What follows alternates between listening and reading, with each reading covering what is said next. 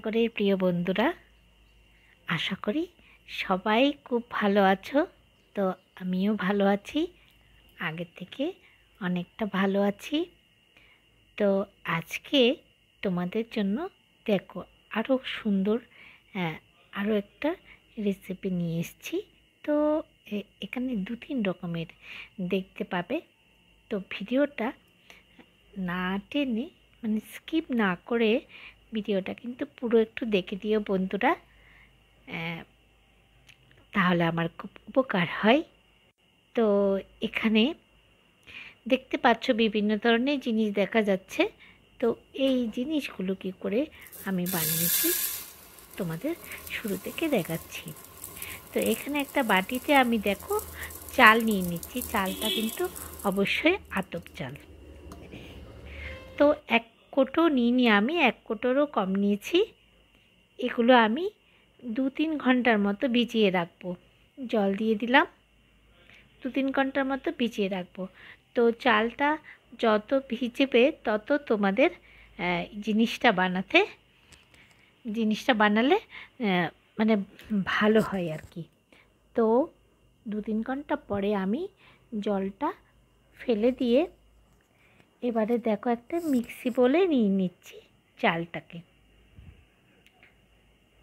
তো বন্ধুরা, কাছের এবং দূরের বন্ধুদের আমার অসংখ্য অসংখ্য ভালোবাসা আর বড়দের প্রতি আমার প্রণাম জানিয়ে আর ছোটদেরকে স্নেহাশীষ জানিয়ে ভিডিও শুরু করলাম। তো এখানে চালটা দেওয়া হয়ে গেছে। এরপরে দেখো কিছু পাকা কলা ছিল 3-4টের মতো, ওইগুলো আমি এখানে দিয়ে দিচ্ছি চালের মধ্যে। তো বন্ধুরা, এই শ্রাবণ মাসটা হচ্ছে মানে একটা পিঠে বিশেষ করে তাল দিয়ে। তো আমার এখনও মানে তাল সে প্রথমবার এনেছিল, সেটাই অল্প একটু রয়েছে, সেটা দিয়েই তোমাদের সাথে আজকে আবারও সেই মানে চাল দিয়ে কী করে করি সেটা তোমাদেরকে দেখালাম। তো বন্ধুরা,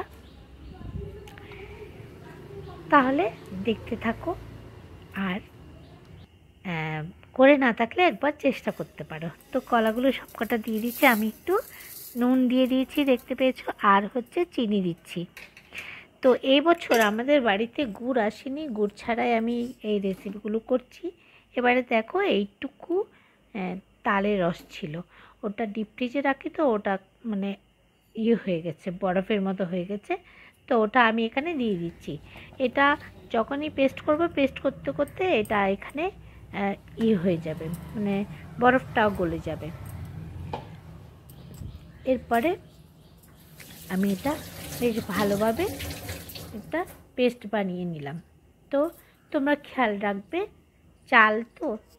চালের মানে চালটা যাতে একদম মিহি হয়ে পেস্ট হয় সেই দিকটাই খেয়াল রাখবে। তো দেখো কি সুন্দর একটা স্মুথি একটা পেস্ট হয়েছে, দেখতেই পাচ্ছ। আর রঙটা মানে তালের রসটা কম বলে রঙটা হচ্ছে একটু হালকা রঙের হয়ে গেছে, কিন্তু মানে খাওয়ার সময় গন্ধটা কিন্তু খুব ভালো লাগছিল। এবারে আমি পেস্টটাকে একটা বাটিতে ঢেলে নিচ্ছি।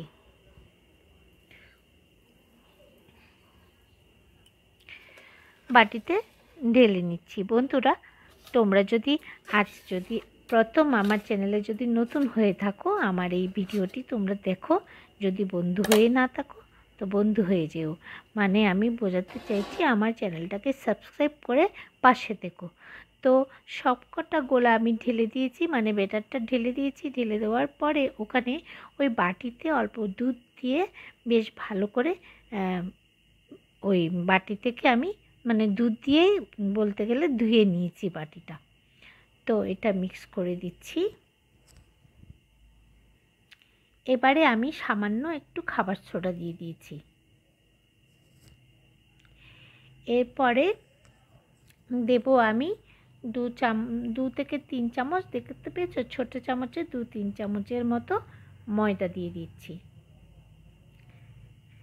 ময়দা দিয়ে এবার এটাকে বেশ ভালোভাবে মিক্স করে আমি কিন্তু আরও 1 ঘন্টার মতো বা 2 ঘন্টার মতো রেস্টে রেখে দেবো এই ব্যাটারটাকে। তো বন্ধুরা, যেটা বলছিলাম, তোমরা যদি আমার চ্যানেলে নতুন হয়ে থাকো সাবস্ক্রাইব করে বেল আইকনটা প্রেস করে রাখো, তাহলে পরবর্তী আমার ভিডিও তুমি সবার আগে দেখে নিতে পারবে আমি কি ভিডিও পোস্ট করছি। তো বন্ধুরা, একটা কিন্তু লাইক কিন্তু করে দাও, কিন্তু এখনো অবধি যদি করে না থাকো। এবার দেখতে পেয়েছো একটা বাটিতে আমি একটু সামান্য ঘি দিয়েছি। একটা টিস্যুর সাহায্যে আমি ঘিটাকে বাটির চারপাশে লাগিয়ে নিচ্ছি। তো ফিরে এসছি আমি 1.5 থেকে 2 ঘন্টা পরে। টাইমটা ঠিক দেখা হয়নি, অনেকক্ষণ হয়ে গেছে ব্যাটারটা মেখে রেখেছিলাম। তো এবারে দেখো, এটা আমি এখানে বাটিতে নিয়ে নিচ্ছি। তো এর ঘনত্বটা দেখতে পেয়েছো কেমন, কি পরিমাণে ঘনত্বটা। তো ওইভাবে করবে, যেহেতু এটা চালের গুঁড়ো তাই জন্য কিন্তু আমি আরও একটু দুধ মিক্স করেছিলাম, যেহেতু আমার তালের রসটা একটু কম ছিল। তো এবারে আমি বসিয়ে বাটিতে নিয়ে নিলাম, এর উপরে আমি একটু নারকেল ছড়িয়ে দিলাম। তো বন্ধুরা, তোমরা কিন্তু এই ভুলটা করবে না, ওপরে ছড়াবে না, কারণ আমি ওটা যখন বার করেছি, যখন এটা হয়ে গেছে তখন দেখছি নারকেলগুলো মানে ঝুরঝুরে রয়ে গেছে, আর আমার কাটার সময় ওগুলো মানে পড়ে গিয়েছিল নারকেলটা। তো আমি পরবর্তী তোমাদের দেখাচ্ছি, পরবর্তী আরেকটা যখন নামাবো সেটা কি করে করেছি সেটাও তোমাদের দেখাবো।